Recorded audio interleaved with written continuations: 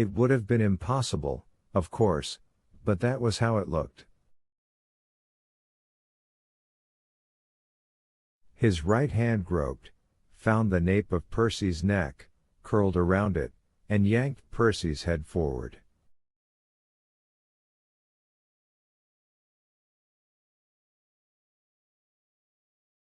Percy brought the club down between the bars and onto John's temple. Blood flowed, but John paid no attention. His mouth pressed against Percy's mouth. I heard a whispering rush, an exhalatory sound, as of long-held breath.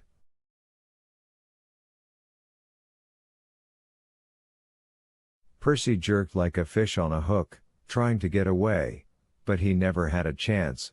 John's right hand was pressed to the back of his neck, holding him firm.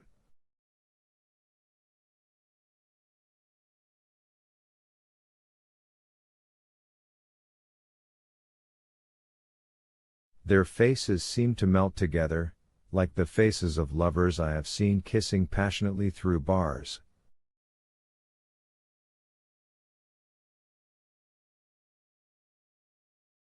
Percy screamed, the sound muffled as it had been through the tape, and made another effort to pull back.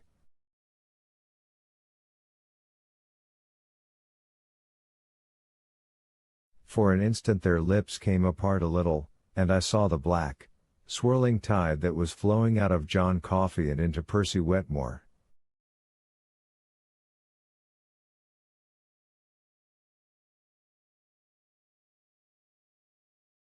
What wasn't going into him through his quivering mouth was flowing in by way of his nostrils.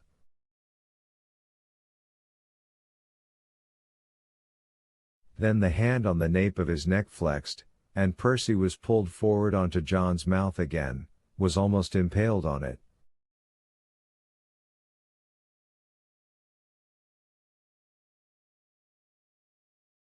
Percy's left hand sprang open. His treasured hickory baton fell to the green linoleum. He never picked it up again. I tried to lunge forward, I guess I did lunge forward, but my movements felt old and creaky to myself.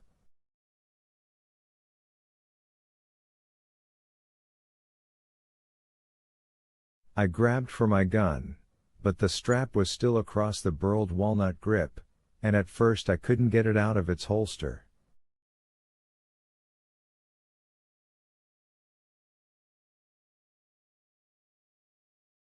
Beneath me, I seemed to feel the floor shake as it had in the back bedroom of the warden's neat little Cape Cod.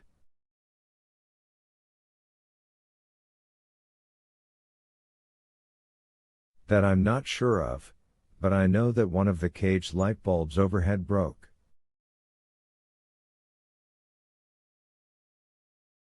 Fragments of glass showered down. Harry yelled in surprise. At last I managed to thumb loose the safety strap over the butt of my .38, but before I could pull it out of its holster, John had thrust Percy away from him and stepped back into his cell.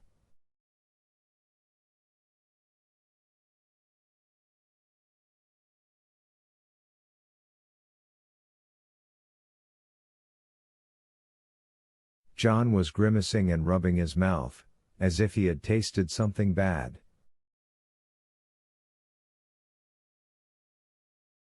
What did he do?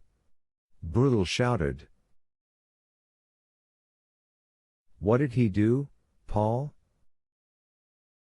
Whatever he took out of Melly, Percy's got it now, I said. Percy was standing against the bars of Delacroix's old cell. His eyes were wide and blank, double zeros. I approached him carefully, expecting him to start coughing and choking the way John had after he'd finished with Melinda, but he didn't.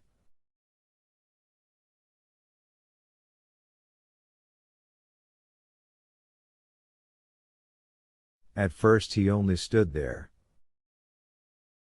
I snapped my fingers in front of his eyes. Percy? Hey, Percy. Wake up. Nothing. Brutal joined me, and reached toward Percy's empty face with both hands.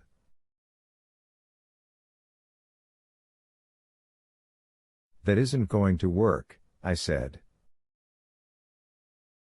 Ignoring me, Brutal clapped his hands sharply together twice, right in front of Percy's nose.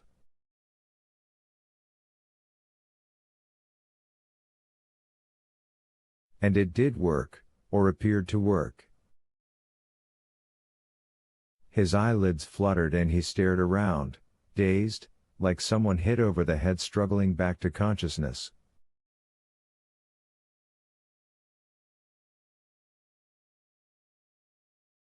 He looked from Brutal to me. All these years later, I'm pretty sure he didn't see either of us, but I thought he did then. I thought he was coming out of it.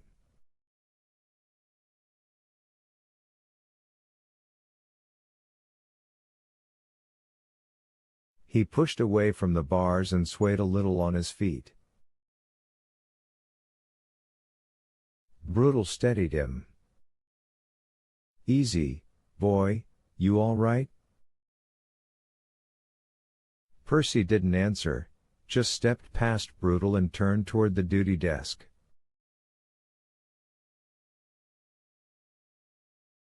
He wasn't staggering, exactly, but he was listing to port. Brutal reached out for him. I pushed his hand away. Leave him alone. Would I have said the same if I'd known what was going to happen next? I've asked myself that question 1,000 times since the fall of 1932.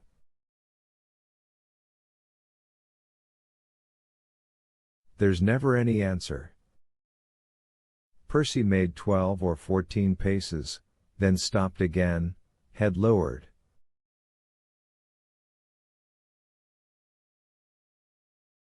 He was outside of Wild Bill Wharton's cell by then. Wharton was still making those sousaphone noises. He slept through the whole thing. He slept through his own death, now that I think of it, which made him a lot luckier than most of the men who ended up here.